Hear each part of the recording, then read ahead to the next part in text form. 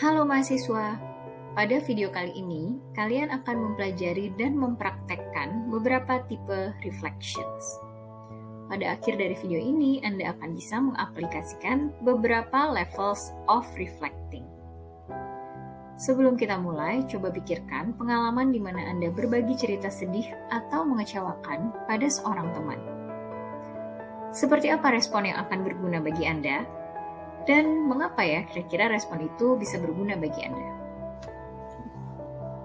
Seperti yang sudah kita bahas pada video sebelumnya, reflections merupakan cara untuk mencapai hubungan yang penuh empati dan mendalam. Terdapat 4 jenis reflections yang akan kita pelajari lebih lanjut, yaitu reflections of content atau memparafrase isi bicara klien, reflection of feelings, meaning, dan themes atau summarizing. Mari kita bahas satu persatu. Pertama, reflection of content. Cara ini adalah cara yang paling sederhana dan paling mudah, paling common, paling biasa dilakukan. Caranya sebetulnya kalian tinggal merefleksikan kembali atau memparafrase apa yang sudah dikatakan oleh klien. Anda bisa menggunakan kata-kata yang sama atau mirip. Dan usahakan Anda juga mengulang dengan tone atau energi yang sama. Gunakan kalimat yang singkat atau frase yang singkat dan usahakan Anda memulainya dengan kata you atau kamu. Karena kita sedang merefleksikan sebenarnya apa yang dia bicarakan tentang dirinya. Tujuan dari level ini adalah untuk menceritakan atau mengkomunikasikan pada klien bahwa kita sedang berusaha memahaminya dan sambil membangun connection atau relasi yang personal dan juga emosional. Mari kita lihat contoh berikut ini. Bayangkan Anda menghadapi klien yang sedang mengatakan, "Aduh, saya nggak ngerti lagi deh. Kenapa ya, kok sekarang nilai saya jelek, padahal biasanya nilai saya bagus?" Yang bisa Anda lakukan adalah coba refleksikan.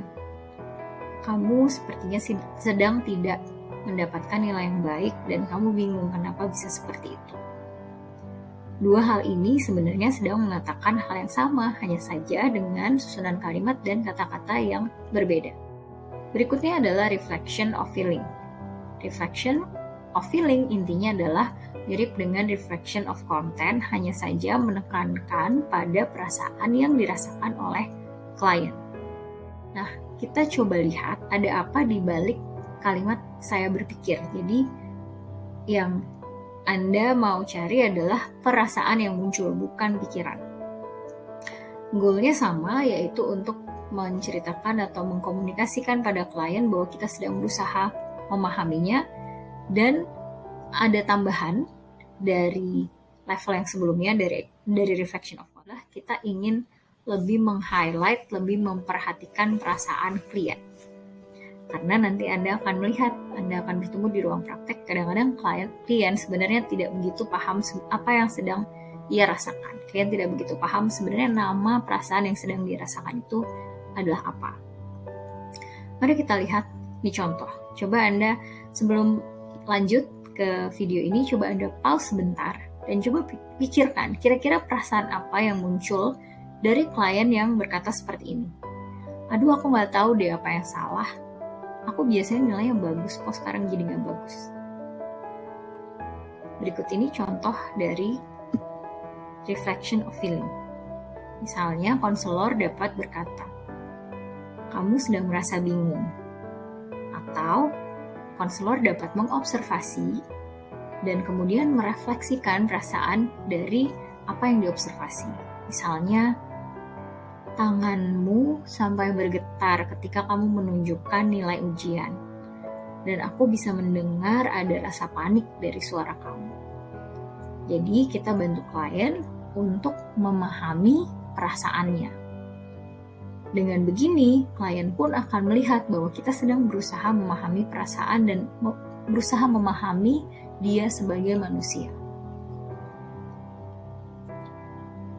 Berikutnya adalah reflection of meaning. reflection of meaning adalah bentuk reflection yang lebih mendalam lagi. Reflection of meaning berusaha menggambarkan makna dan pesan di balik apa yang dikatakan klien, terutama hal-hal yang terkait dengan perilaku, nilai, atau keyakinan klien. Usahakan untuk membuat reflection of meaning ini singkat, dan hati-hati jangan sampai kita terlalu memberikan judgement atau menginterpretasi. Jadi poinnya di sini adalah benar-benar berusaha memahami makna di balik perkataan klien. Seluruh pemula perlu hati-hati dalam menginterpretasi makna dari perkataan klien. Tujuan dari reflection of meaning ini adalah untuk lagi-lagi memperdalam level eksplorasi dari kita sebagai konselor terhadap pengalaman klien. Mari kita lihat contoh berikut ini. Coba pikirkan apa yang akan Anda katakan, yang akan Anda refleksikan kalau klien Anda berkata bahwa, wah tahu lagi nih apa yang salah, biasanya nilaiku bagus, sekarang kok jelek. Sebagai contoh, Anda bisa mengatakan, memiliki nilai yang baik itu sudah menjadi kebiasaan untukmu. Atau kamu melihat bahwa mendapatkan nilai yang buruk ini merefleksikan siapa kamu sebagai individu. Berikutnya adalah reflections of themes. Reflection of theme ini merupakan rangkuman dari beberapa pernyataan yang diceritakan oleh klien.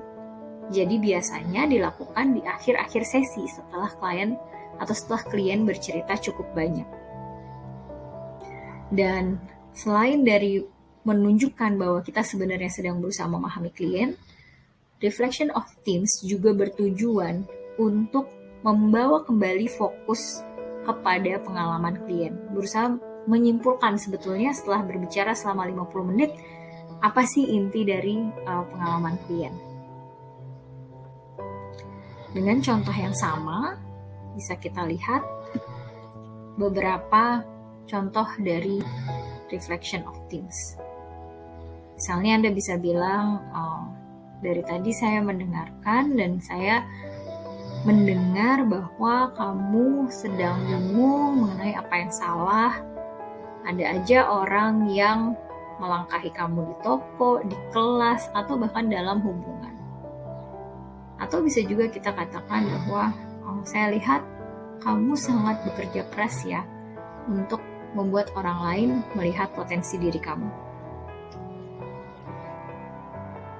Setelah mendengarkan penjelasan tadi, coba lakukan beberapa latihan dalam slide-slide berikut ini. Anda akan melihat kasus klien dan silakan pause video, tulis respon apa yang kira-kira akan Anda lakukan kalau memberikan reflection content, feeling, meaning, dan themes atau tema. Setelah itu baru play kembali untuk melihat kunci jawaban.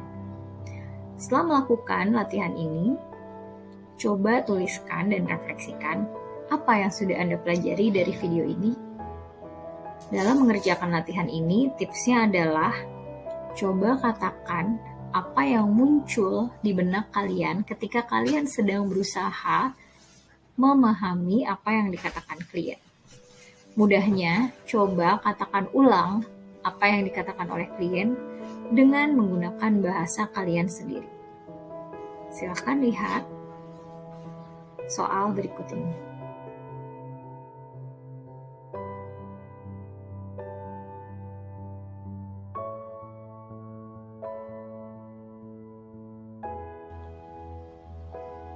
Berikut ini adalah contoh reflection of feelings.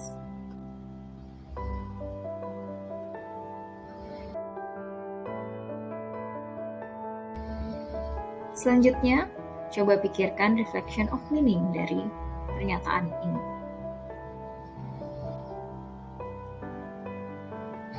Berikut ini adalah reflection of meaning yang bisa Anda lakukan. Terakhir, anggaplah Anda sudah mendengarkan si klien bercerita selama 50 menit. dengan tema yang mirip. Ini adalah contoh dari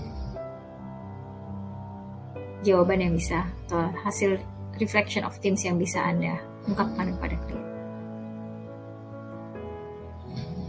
Oke, bagaimana? Apakah Anda sudah bisa melakukan reflection?